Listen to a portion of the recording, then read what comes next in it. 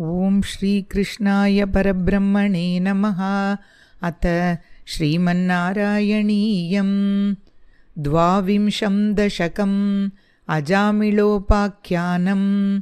अजामिलो नाम महीसुरपुरा चरन् विभो धर्मपतान् गृहाश्रमी गुरोर्गिरा काननमेत्य दृष्टवान् सुदृष्टशीलां कुलटां मदाकुलाम्।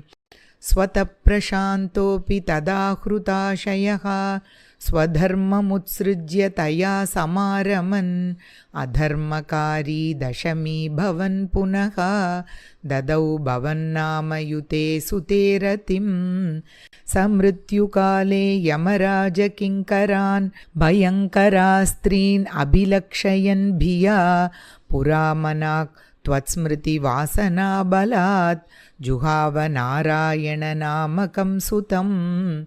दुराशयस्यापि तदा त्वनिर्गत त्वदीयनामाक्षरमात्रवैभवात् पुरोभिपेतु भवदीयपार्षदाः चतुर्भुजा पीतपटा मनोहराः। अमुं च सम्पाश्य विकर्षतो भटान् विमुञ्चतेत्यारुरुदु बलादमी निवारितास्ते च भवज्जनैस्तदा तदीयपापं निखिलं न्यवेदयन्।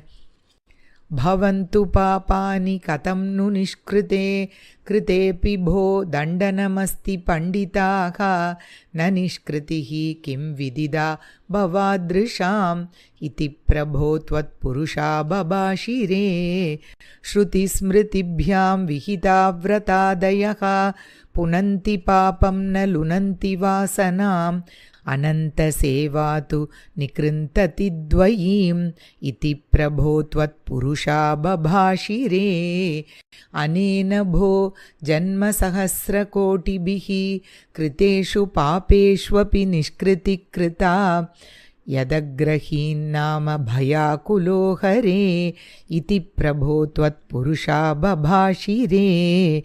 नृणामबुद्ध्यापि मुकुन्दकीर्तनं दहत्यगौगान् महिमास्य तादृशः यथाग्निरेधांसि यथौषधं गदान् इति प्रभो त्वत्पुरुषा बभाषिरे। इतीरितैर्याम्यभटै उपाश्रिते भवद्भटानां च गणे तिरोहिते भवत्स्मृतिं कञ्चन कालमाचरन् भवत्पदं प्रापि भवद्भटैरसौ स्वकिङ्करावेदनशङ्कितो यमः त्वदङ्घ्रिभक्तेषु न गम्यतामिति स्वकीयभृत्या न शिशिक्षदुच्चकैः सदेव वातालयनाथ पाहि माम्। अत श्रीमन्नारायणीये द्वाविंशं दशकं समाप्तं। श्रीहरये नमः। रमारमण गोविन्द गोविन्द। श्रीकृष्णार्पणमस्तु।